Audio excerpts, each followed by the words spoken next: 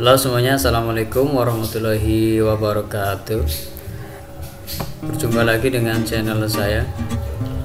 Kali ini saya akan menjelaskan bagaimana secara singkat tentang kurikulum yang ada di Indonesia, khususnya untuk para guru ya, ataupun para pelaku pendidikan harus tahu secara kurikulum yang ada di Indonesia. Baik, saya akan mulai.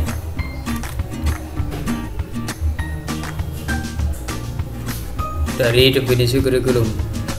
Menurut Wikipedia ya, kurikulum adalah perangkat mata pelajaran dan program pendidikan yang diberikan oleh suatu lembaga penyelenggara pendidikan yang berisi rancangan pelajaran yang akan diberikan kepada peserta pelajaran dalam satu periode jenjang pendidikan. Itu adalah definisi dari kurikulum. Kemudian secara umum kurikulum ini dibagi menjadi 3 fase ya, atau masa. Yang pertama pada orde lama ya, atau ini terjadi pada tahun 1945 sampai 1966. Kemudian fase kedua atau orde baru pada tahun 1966 sampai dengan 1998. Kemudian yang ketiga ada orde reformasi, yaitu dari tahun 1998 sampai dengan sekarang. Ya, perlu diketahui bahwa orde lama ini adalah pada masa pemerintahan presiden yang pertama ya, yaitu Insinyur Soekarno. Kemudian untuk yang orde baru ini pada masa pemerintahan Presiden Soeharto ya. Ini cukup lama, kurang lebih 32 tahun ya di sini. Kemudian yang terakhir adalah 98, ini sampai sekarang adalah masuk dalam orde reformasi.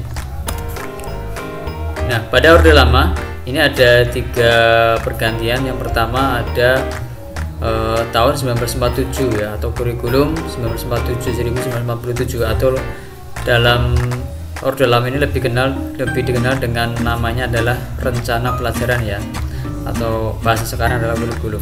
Kemudian yang kedua adalah kurikulum 1952 sebagai penyempurna dari tahun 1947. Kemudian yang ketiga ada kurikulum 1964 ya. Jadi secara umum perubahan ini adalah sebagai penyempurna atau perbaikan dari kurikulum yang sebelumnya.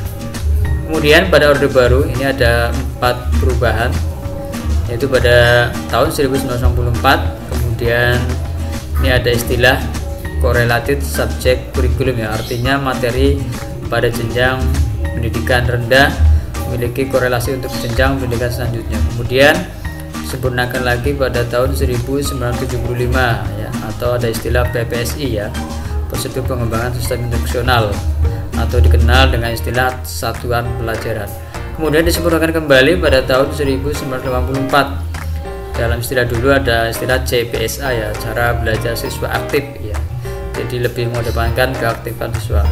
Kemudian disempurnakan lagi pada tahun 1994. Nah, ini ada muncul istilah seperti catur bulan, Honda SLTP, SMU dan sebagainya. Kemudian setelah orde reformasi ya, terjadi 3 perubahan, yaitu yang pertama pada 2004 ini ada istilah dikenal dengan KBK, kurikulum berbasis kompetensi. Kemudian disempurnakan kembali pada tahun 2006, selang 2 tahun. Ini ada istilah KTSP ya, kurikulum tingkat satuan pendidikan. Kemudian yang terakhir adalah kurikulum 2013 berselang waktu 7 tahun dari 2006. Nah, yang sampai sekarang masih digunakan. Jadi kesimpulannya adalah dari orde lama sampai sekarang setelah terjadi perubahan sebanyak 10 kali perubahan kurikulum.